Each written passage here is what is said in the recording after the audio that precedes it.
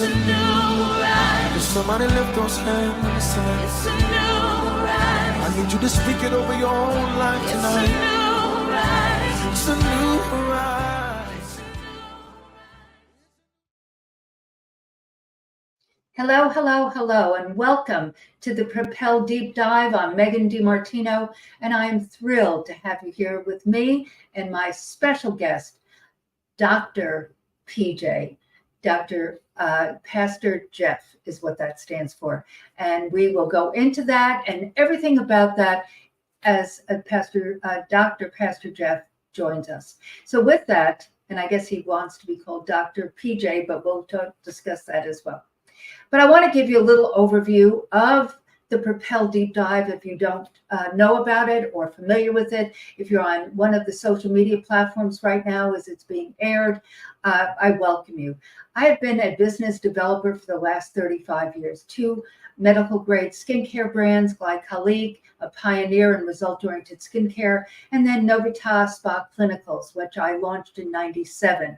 And I've been building those brands ever since. In 2005, I opened a luxury day and medical spa, sold a portion of it in 20, and then started my regenerative stem cell clinic here in the Austin market in 22. So I have been starting, scaling, and sustaining businesses for many, many years. So in 21, 22, I put together the Propel Your Business and Life Activation Program that you can purchase on megandimartino.com and also in some of the other social media trailers that is going to go across the screen.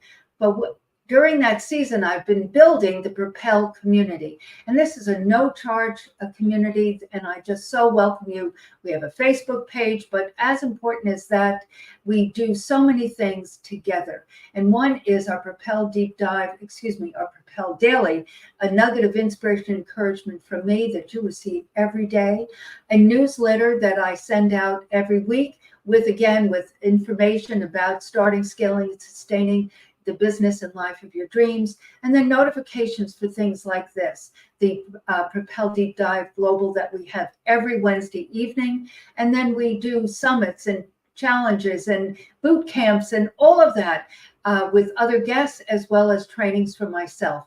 So it's so robust, and you need to join the Propel community. So that is an overview of it. It is my heart as a New York girl, deep in the heart of Texas, with a creative, serving, mentoring spirit, is to help you identify your dreams, goals, and desires and help you attain them. And so this deep dive is with a guest every week, as I said, and it is on YouTube. It will remain on YouTube. And then it's also a podcast. So when you go over to listen to the replay on YouTube, do subscribe because it truly helps others to find us. And so then it goes, as I said, onto all the podcasting platforms that you can listen to it again and again. Oh, and by the way, on the Propel community, in the Propel community, there's an archive of all of the Propel deep dives going back to the beginning. So you really need to join the Propel community and get all of these things to help you with your business. If you want to start a business, if you're scaling a business, it is there for you.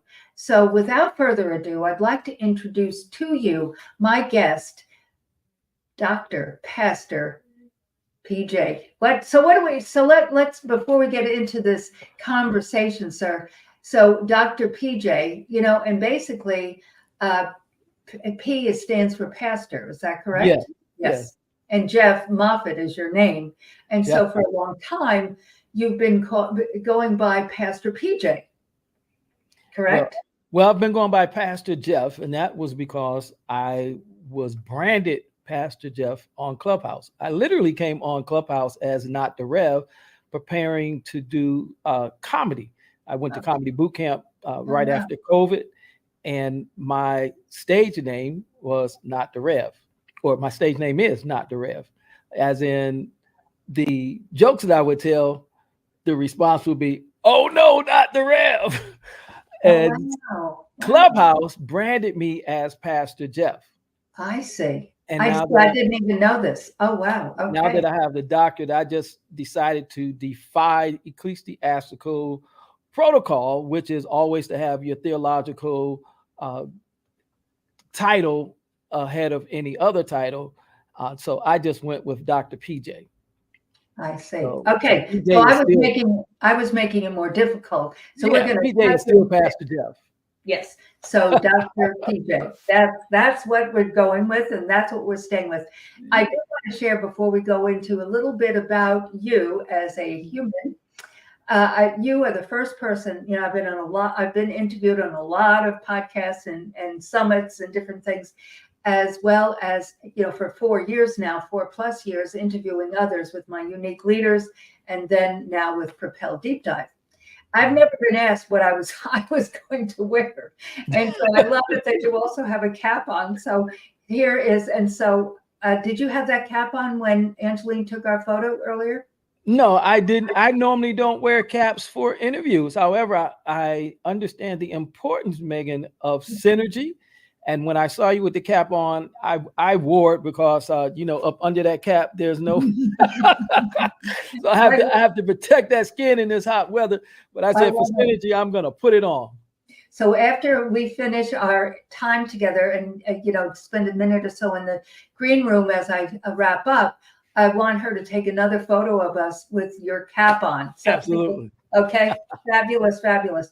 So, you know, I ask every guest, Dr. PJ, to share with our guests who are here. And as I shared a bit in the intro, my heart is to help others identify their dreams, goals, and aspirations, and to help them. You know, when I share what I've done, it's not to impress people, but to impress upon people that they too can do whatever they choose to do, but they have to be clear. And that's the first C of the 5 C's in the Propel program.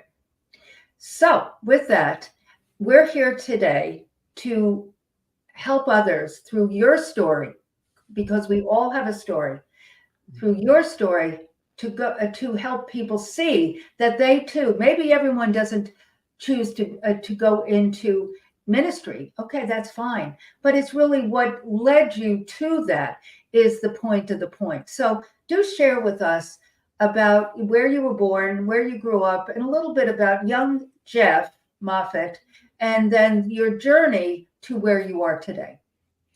Well, thank you, Megan. I was born in Tennessee, and my parents migrated to Detroit, Michigan when I was 10 months old. I was a premature baby, so I came into the world with challenges. My parents weren't married when I was born, so that made me a bastard child.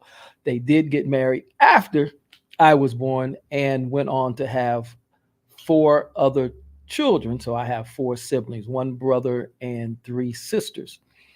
Growing up in Detroit, the first up to the 3rd grade, we lived pretty poor.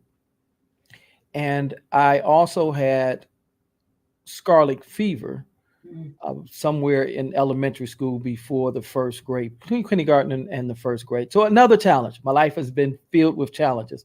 I was also allergic to cold weather, and I was allergic to hot weather. So it was difficult as a child growing up because we had both in Detroit. I grew out of that, thank God. And we had a pretty rough childhood. There was some abuse in it. I grew up with my father's mother lived with us, who was my grandmother, of course, and she was more like my mom than my grandmother. And I understand that now as an adult, is I was her first grandchild that you know she had access to, and so I was more of her child than I was of my mom's. I was a daddy's baby, unlike most.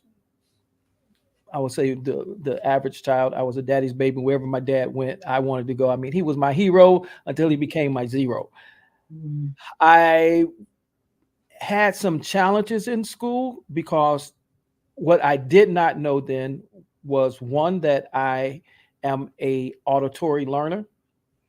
My primary modality of learning is auditory, as well as I have aphantasia, which means that I don't see images in my head.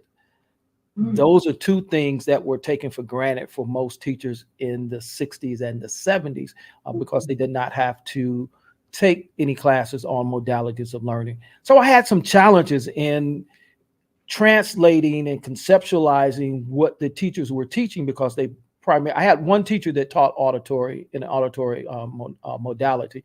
All the others taught visual. And so I had my own conversion to do that. I wanted to go to college. My counselor, I usually say his name, Megan, but I'm not going to call his name today.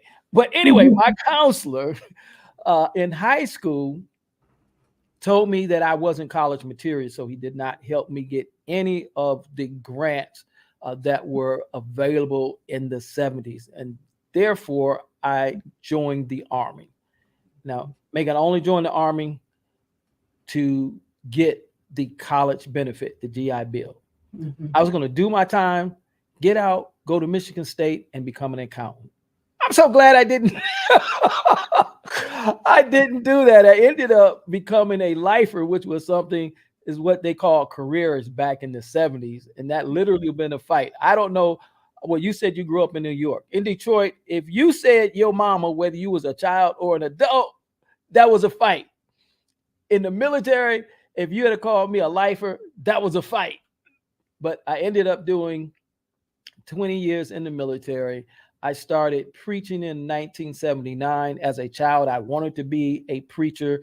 And so that I had a different struggle than most of my peers that I know who were running from a calling. I didn't run from the calling. I just had to make sure that it wasn't just Jeff Moffitt. So I was born Jeffrey Franklin Moffitt. Mm-hmm. And I've gone by J. Franklin Moffitt, and now pretty much I go by Pastor Jeff, and now Dr. PJ.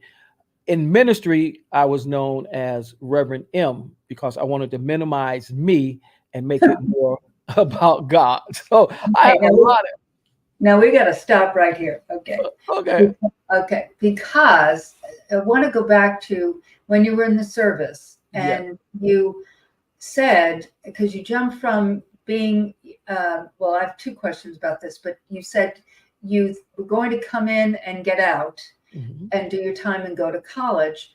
But then you became a lifer. So the first question is, then you said, if I said I was a lifer, there'd be a fight. Who would you fight with? Who would criticize or be contentious about that? Well, Megan, that's a good question. If someone called me a lifer, so, in the military, we have our own lingo, we have our own language. And so if someone had called me a lifer in my first 2.3 years, because I hadn't quite had 3 years, and then that would have been a fight. To me, that was like saying your mama, because the military and I were not harmonized. We didn't have synergy. It was a miracle that I was able to re-enlist. When you think of those who were military, especially Army, will know what I'm talking about. Article 15, which is the disciplinary action. If you get 5 in your first 3 years, you are banned from re-enlisting. Oh my. Megan, I had 6. Oh my. But God in his infinite wisdom and with his miracle working that he has demonstrated over and over and over and over again in my life, which is something no one will ever be able to convince me otherwise, because I've just seen too many of them for myself and have experienced too many, is that I was able to re-enlist. And after I re-enlisted, then I was able to understand the military system, and I became a soldier. I see. So I went to the opposite extreme. I see.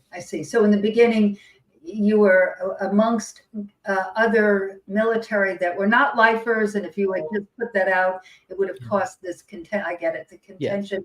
But then you became committed. Okay, got it. All right. Then you said, second question is, you said during this season, you then started doing ministry work. Okay. Yes. And you said that. Now you also said that you knew you wanted to do it, but you wanted to make sure, meaning to go into the ministry, but you wanted to make sure that it wasn't your own Jeff Moffitt saying this, that it truly was a God directing you. So my question lies in, so here you're in the service, and where were you geographically at this point? Stationed? At this point, I was in Korea in 1979. Okay. I was what you would call a backslider during that time frame. I still prayed but I also was experiencing life. I was away from home, Sure. and I would go to the club, leave the club, and go to choir rehearsal, which was the chapels right across the street from the club, and then go back to the club. Yes. But I think that on some level, as our guests are listening, that's what I said earlier, that people will see themselves in your story, that you had a heart for God, but you didn't know that that was kind of kooky. Oh no, I knew it. I'm giving you a whole pass here. I, But, I knew it, but I continued to pray. And I mean, that's something I have always loved God. I can't tell you a time that I have not loved God. nice. So we were going to, all five of us children. If you were a child of John Moffat, you were going to church, whether you Okay. wanted to or not.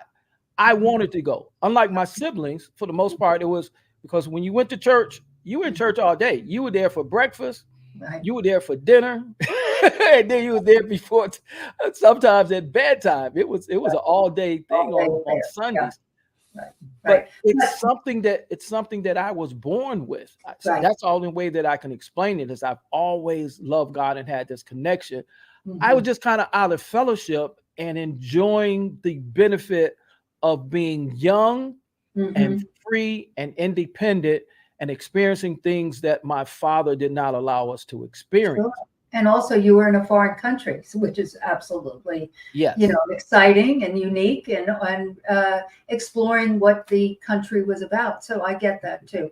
Okay, so you started ministering, and was that in a church there on the base, or how did that look? Yeah, absolutely. Actually, what happened, Megan, was, I've explained I was kind of 1 foot in the church and 1 foot in the club. And I was invited to go to what we call gospel service. And the individual who invited me was actually what we call a lay leader. He was a minister, and he was in charge of this gospel service. Well, he was always asking me to go. And I was always telling him, okay, I'm coming, but just didn't find the time to go. So finally, I just got tired of being bugged, kind of like the lady with the judge in the Bible, who she just kept asking for justice, but normally he wouldn't have handled her case, but she got under his skin. So finally, he got under my skin. And I said, the worst thing that could happen, Megan, I'm just transparent. Worst thing has happened. I can go up here in this area where the church was at. There were a lot of ladies. And I said, well, worst thing could happen is I meet me a woman. Right. So I went to that service expecting to get him off my back, meet me a woman, and let whatever happens. And that night, I met some women, but not in the context of what I was expecting. And I realized, and God solidified, that I was to be a preacher. And my life changed from, I went into that service one way and I came out a different way. And I've been on the road of ministry ever since. Wow. I mean, I wouldn't say it's a Damascus road like Paul, but there were that defining moment of your life and your ministry work. Yes. Wow. So that was the late 70s. How long were you in the service? When did you discharge? I retired in 1997. Okay. Wow. And So I've skipped a lot of, there was a lot of abuse, physical and mental abuse as a child. I've just kind of glossed over that. And so I came in the military with some issues between my dad and I. We became estranged. I had a light, I'm not going to call it a mental breakdown, but I had an episode to where, I don't know what the medical term is, but I went into a state of shock to the point that I could not speak. I received a letter from my dad, and when you're in the military and you get mail, you're in training. I was in our advanced individual training, which is called AIT in the Army. And I'm there, I'm sitting at this desk on what we call fire guard, and I get a letter. It's from my dad. Inside, I'm elated. I mean, to get mail and then to get mail from my dad, as I said, he was my hero until he became zero. So we had some challenges. Him and my mom ended up being divorced, and he and I had some challenges, probably from about the age of 14 to this time. I'm 17 when I actually come on active duty. And I've kind of forgiven him for, that stuff. And I'm in the military and I'm expecting him to be proud of me. That's all I ever wanted, was just him to be proud of me, Megan. And I get this letter. I'm excited. I open it. And as I read it, tears come to my eyes.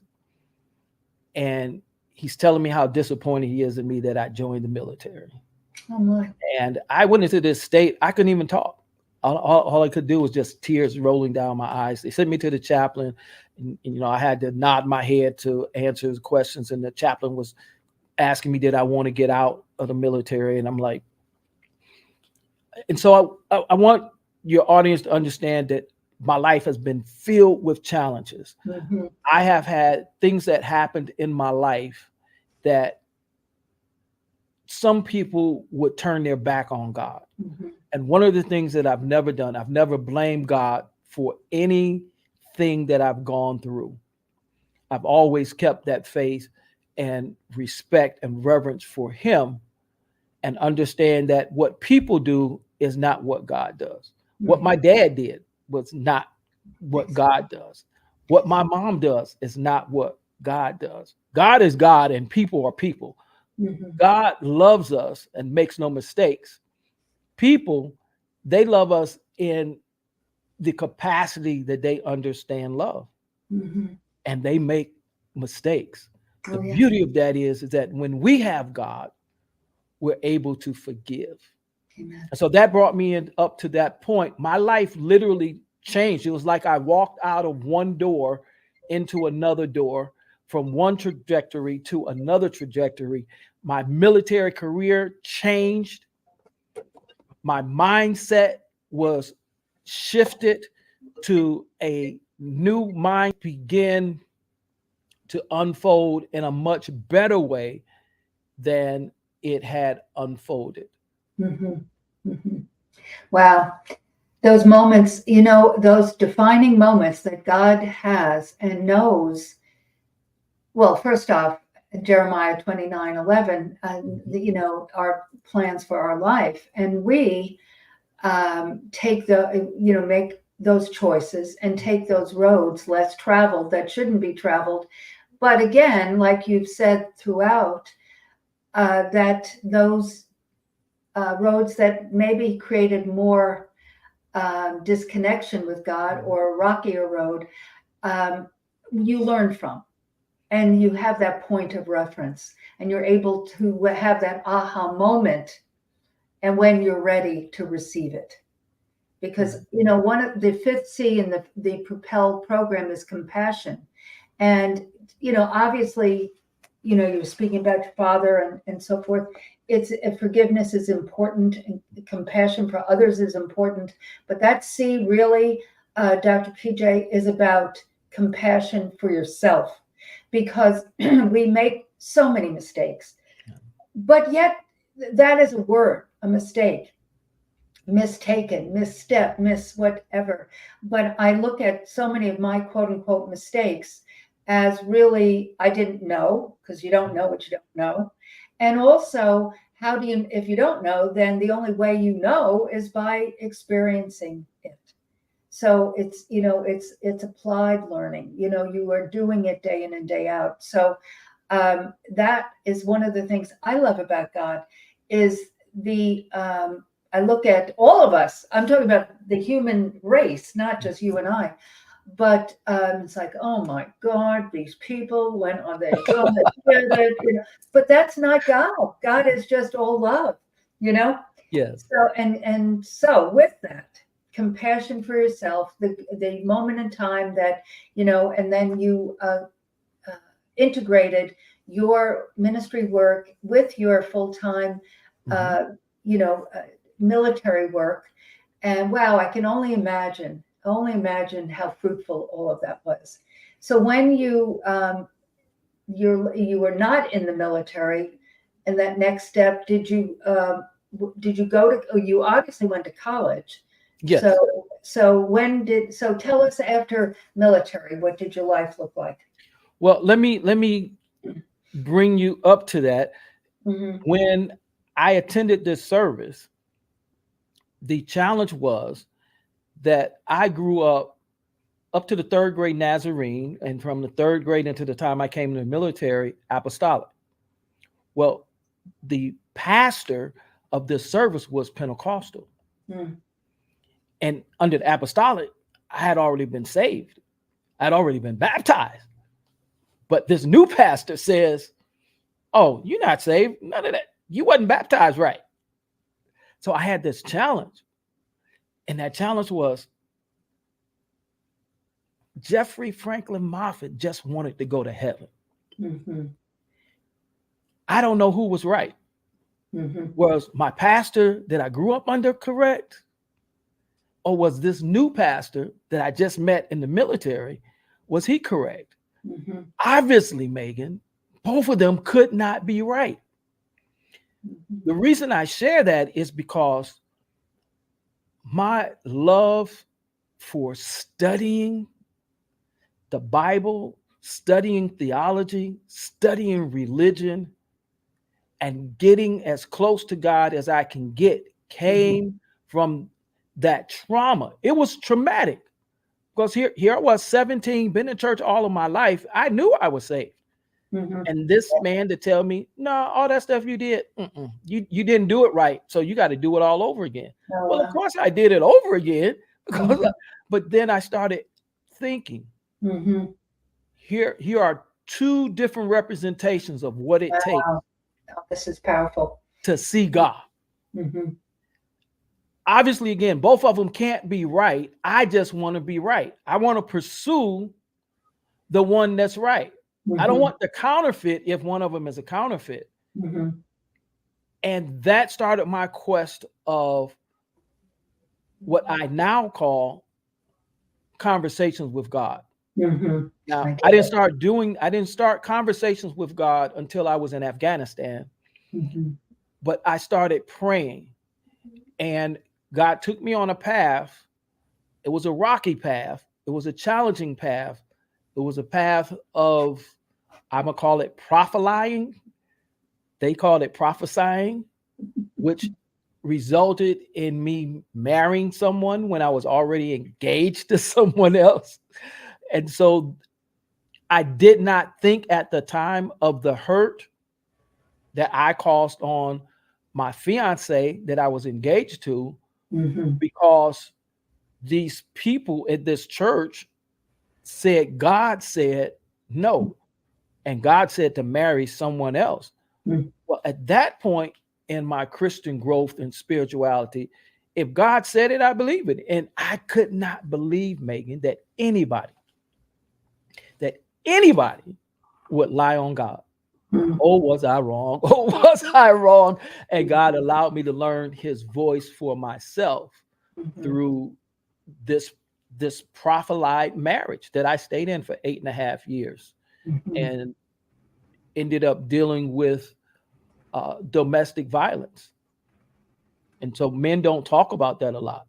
But my she's deceased now. My deceased wife, she's a violent little something.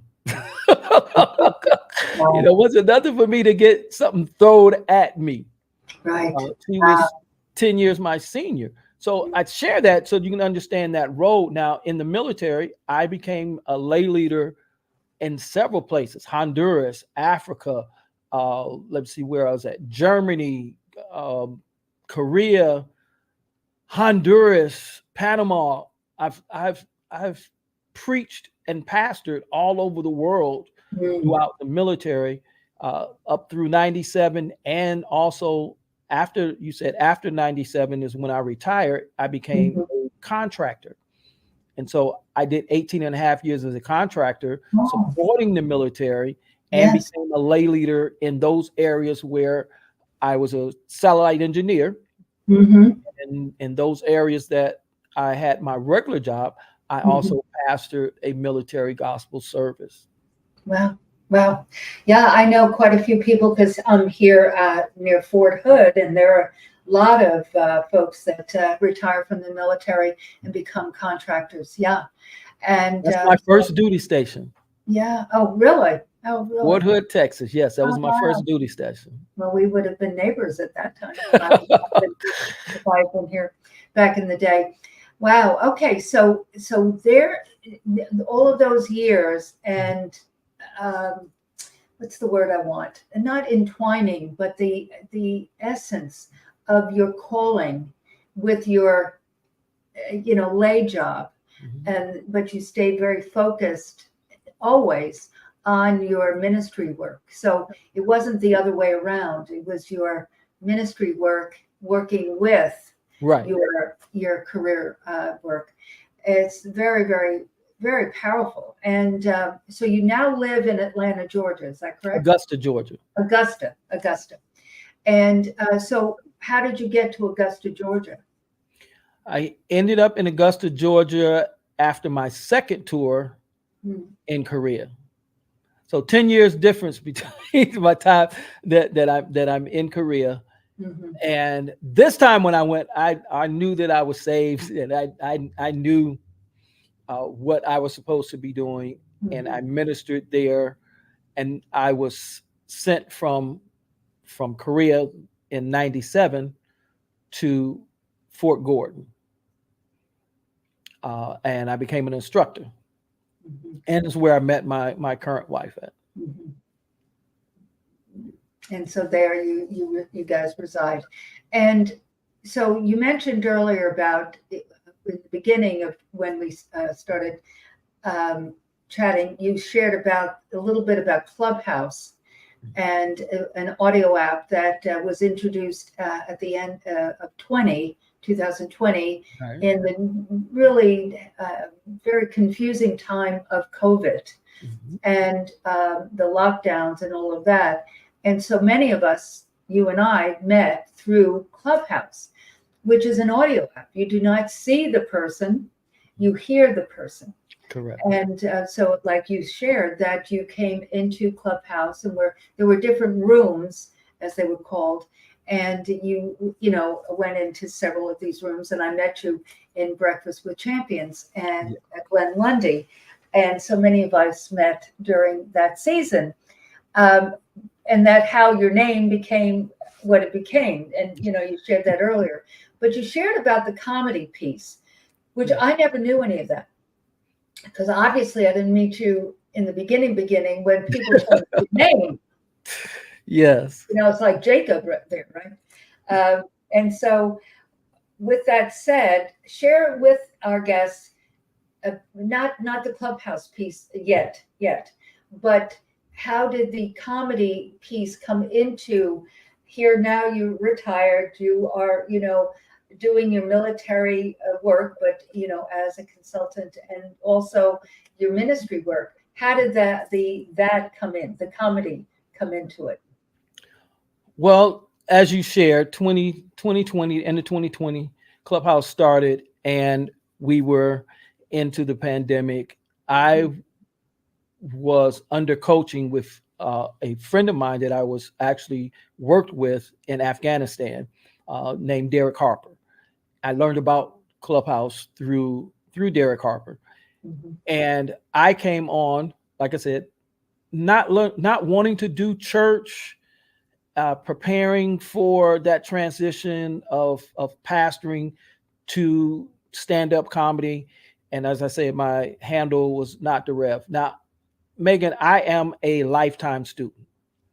I, Mhm. for all practical purposes, I think I have about 3 associate's degrees. I'm working on a second bachelor's degree now. All Mhm. practical purposes, I did 2 master's degrees, and of course, I have my honorary doctorate. And so I was exposed to the program called ASAP, which is for military spouses or military. I went to a storytelling boot camp, but I had also gone to a comedy boot camp because I use comedy in my messages. Mhm. So I Mhm. thought, that I can be funny at times, and I like making people laugh. It's one of the Mhm. things I loved about my first wife. I mean, about my current wife, is that I was able to make her laugh. Mhm. And so I came on Clubhouse again through my coach. I didn't come on to do nothing churchy. Use my stage name, and just being who I am on Clubhouse, I became known and was branded as Pastor Jeff. Right. It's not something, I don't even know how people found out that I was a pastor, but I just became known as Pastor Jeff. So it became my brand. Right. Yeah. Yes. Yes. But the comedy piece, did you ever do stand-up comedy? I have not done it officially other than with the training that I went through. I've not gone out and I see. done an event because I I'm see. still pastoring the church that I pastor here. Yes. And Yes. so it's something that I wanted to do when I I transitioned see. from I see. from pastoring. I see. I see. So it's integrated into your, because I've now known you for years, and I mean you are.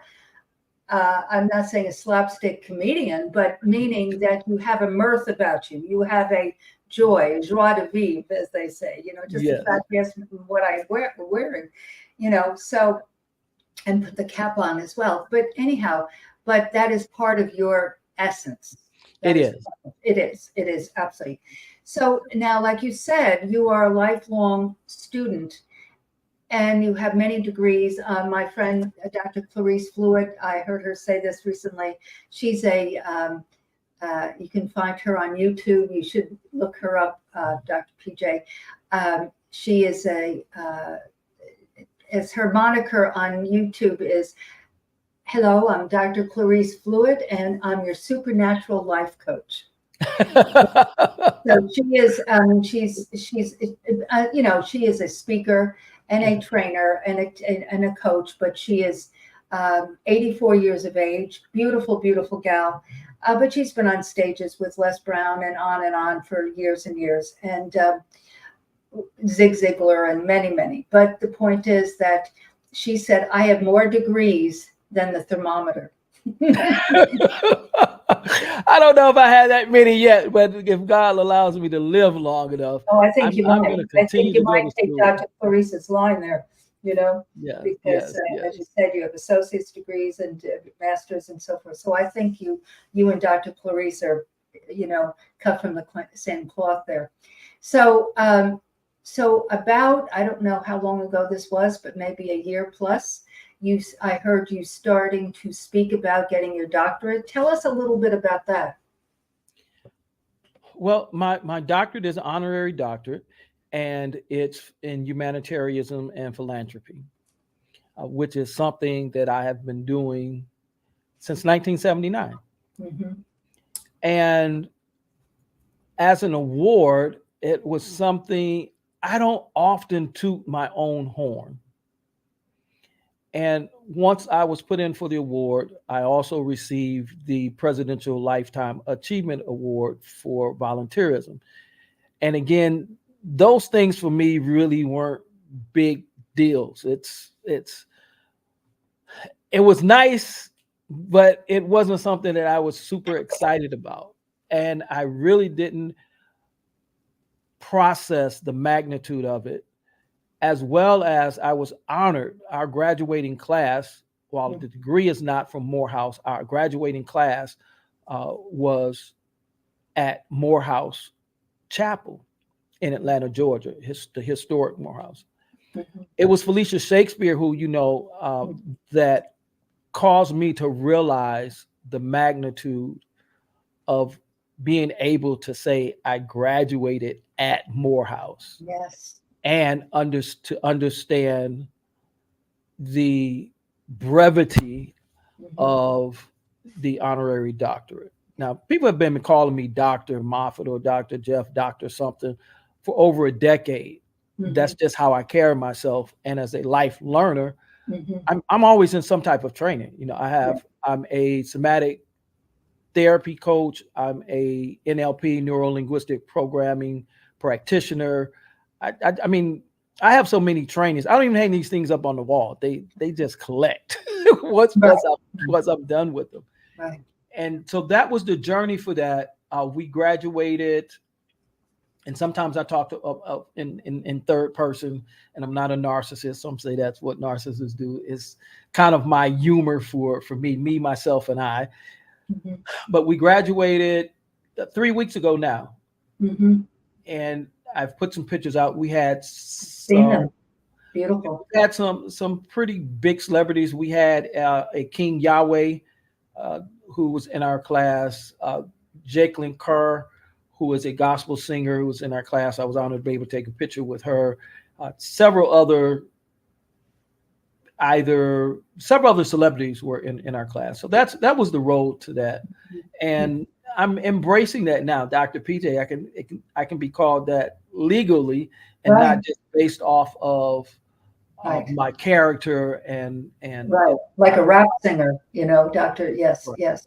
No, meaning this is legitimate. And Yeah. the photographs were just spectacular. I mean, they really were. And like you said, and I applaud our friend Felicia Shakespeare, because it's so important this is my opinion, is that it's so important. History has to remain. And it is imperative that we teach others about the history of institutions and the why of things. And having, like you said, not just getting that honor, yes, wonderful, but to have it be presented there, Yes. wow, wonderful, wonderful. And it'll be part of your journey now. Mhm. And sharing with others. Yes, Absolutely. Yes, that people embrace their history Mhm. and continue on. Yeah, it was the photos were not only were they beautiful photos, but I got that. I mean, I got the meaning of it, Dr. PJ. And it's so important that we share. And that's again another reason I do this, is to highlight people, to have them share their stories. Because again, guys who are listening, whether live tonight or in replays on YouTube or on my Facebook or listening in podcasts, the thing is that you hear from the inception that this human right here had a rocky beginning, premature, scarlet fever, on and on and on, and relational and so forth. And so to overcome, if we can do it, you can do it. And it's just, so this is a question before I go into my final question. Okay. Would you say, Dr. PJ, that having known just the essence of God, not just the later confusion and all that you had to sort out, but the knowingness of God and being led by the Holy Spirit, which you probably weren't cognizant of, was the saving grace of your life? It absolutely has. I've only touched the surface. Yeah. No. As not only did I have the childhood, I was molested when I first came in the military. Mm-hmm. Then I realized God had a sense of humor. Megan, God absolutely. When I tell you He has a sense of humor, I was diagnosed with cancer in 2006. Right, so we made it through that cancer, and we were doing well. We went back to work, and I'm working as a contractor. And then I'm in Afghanistan. I end up having some issues. I come back, and I'm diagnosed with bladder stones, but also I'm diagnosed with cancer again. So the second time. Well, the treatment for the cancer the second time, I had to take radiation. Mm-hmm. And then I had to take hormone shots. Megan, the hormone shots caused me to have hot flashes for a year. All right, so here it is. after the bladder stones first, and in the hospital, the medical staff let me know, sir, bladder stones are the closest pain a man will know Right. of what it feels like to have a baby. Oh my. So you know me, Megan. I'm like, God, why do I need to know what it feels like to have a baby? Obviously, I'm a man. I'm never gonna have a baby.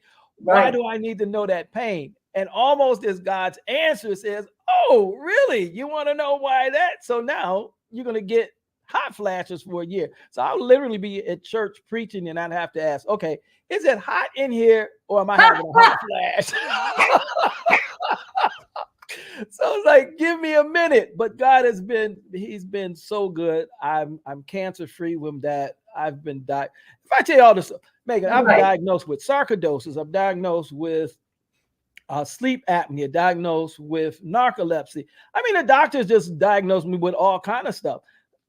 So God's grace, his mercy, aligning my mind with what I believe to be his mind is how I have changed and overcome and not succumb to all of the challenges that I've had and what people say, because people feel sorry for you and they want to make you your diagnosis.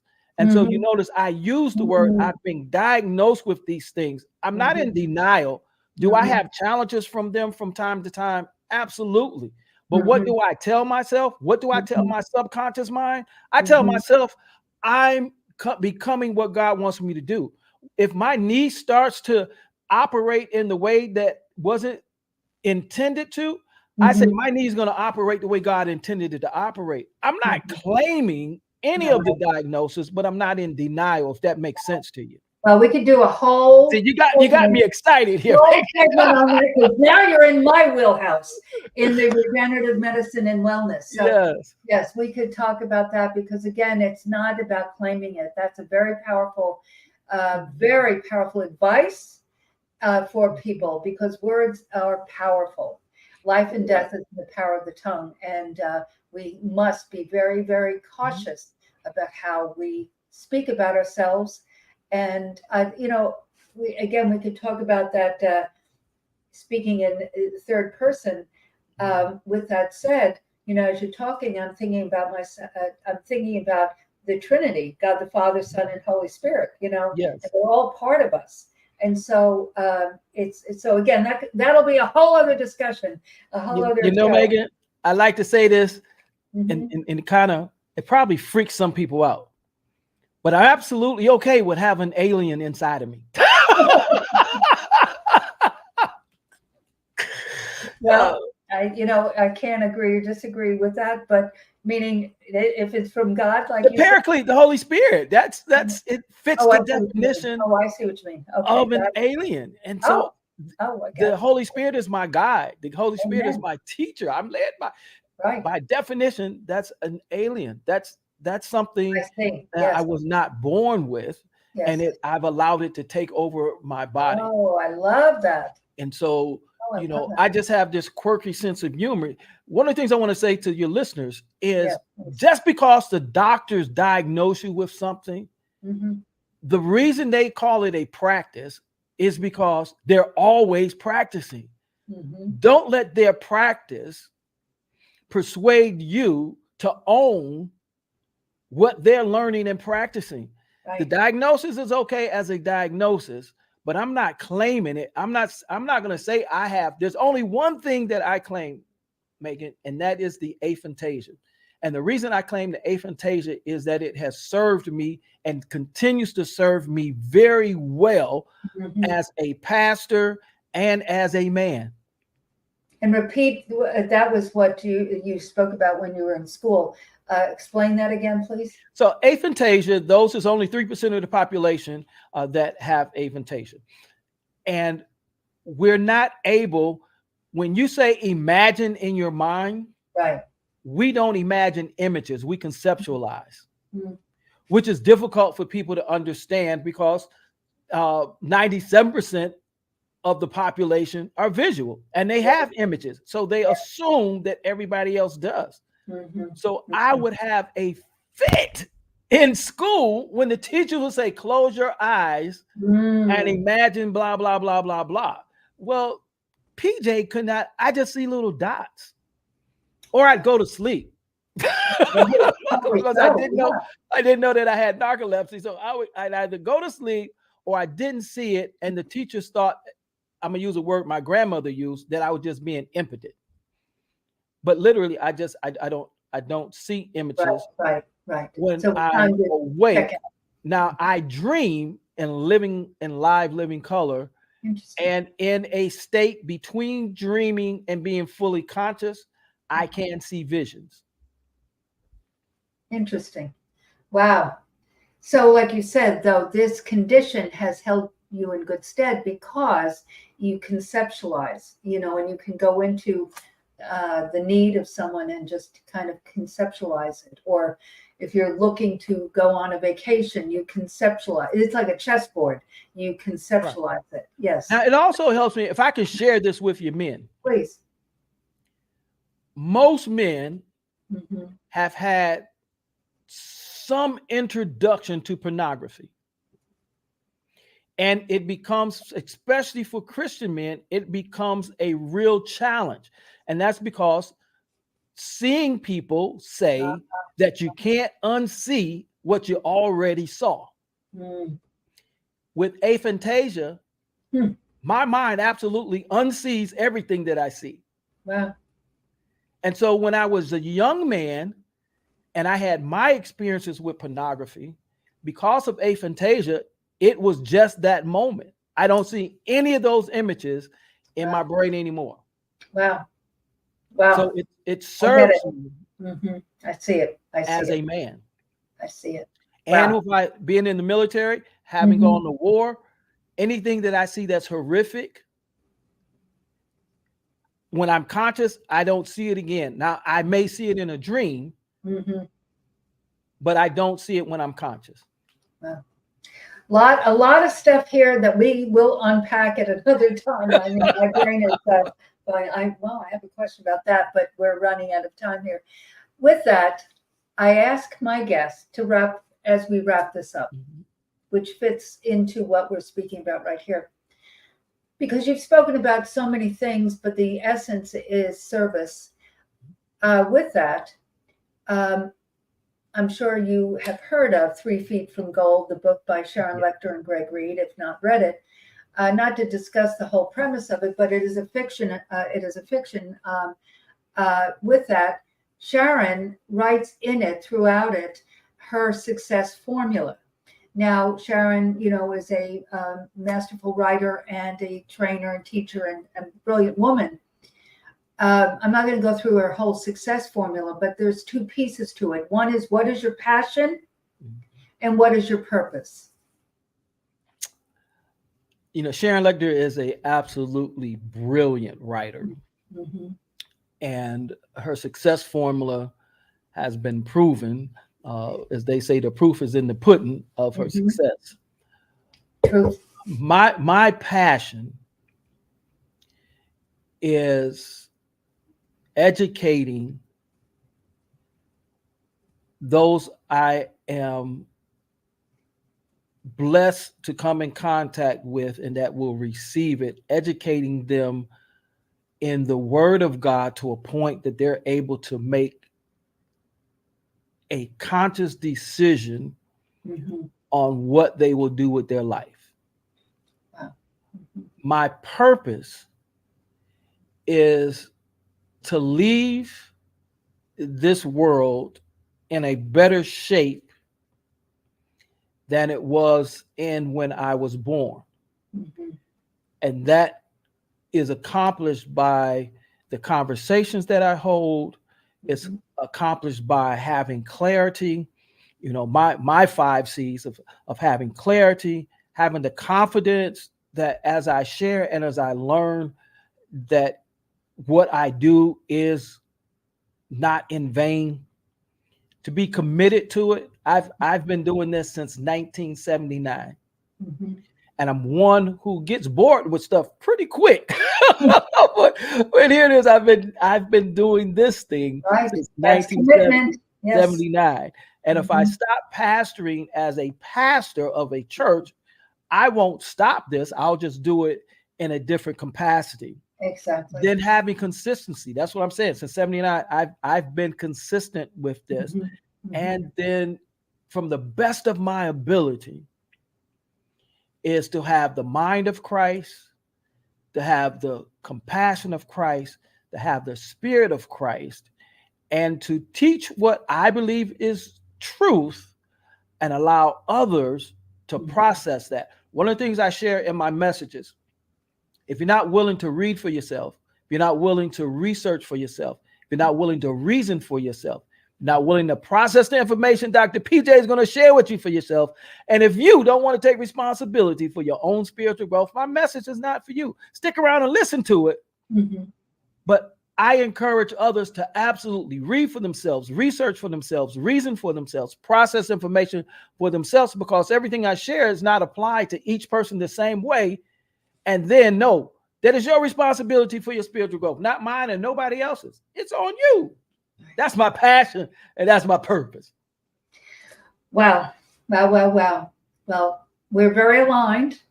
But with that said, I can't thank you enough for sharing with the Propel Deep Dive Global guests. We had Richard Bruce, Richard from Uganda on, and a few other people. Yes, so I remember Richard. I'm going to call it global, and just continue to ask people from around the world to join us. So I just so appreciate your time and you sharing your heart, your transparency, your love for God, and your commitment here, as you just said, of your passion and your purpose for the people that you will touch, not only today through this, but going forward in your life. So you're a true treasure. Thank you. And I'm honored to call you friend. So with that, why don't you hang out in the green room for a minute and let me say goodbye to our guests, and we'll see you then. Thank you, sir. Pleasure's been mine, Megan. Thank you for an invite. Thank you. Wow. Well, I have been trying to connect with Dr. PJ to bring him on to the Propel Deep Dive for a bit, because I knew that you would be so blessed by his story, his heart, his humor, his wisdom, his knowledge. And that truly is what the Propel Deep Dive is about. I just ask you to share this with your friends. Go to YouTube, share it out, subscribe, but also share on the trailer here, propel.megandimartino.com/info. Join the Propel community. There's so much coming. I can't wait to share it all with you. But next week, our next fabulous Propel Deep Dive guest, and I cannot wait for you to meet this party. And actually, each week it's just so unique. That's why I always call them leaders and legends, and unique leaders. And so next week will be the same. So we'll see you then. And thank you and be blessed.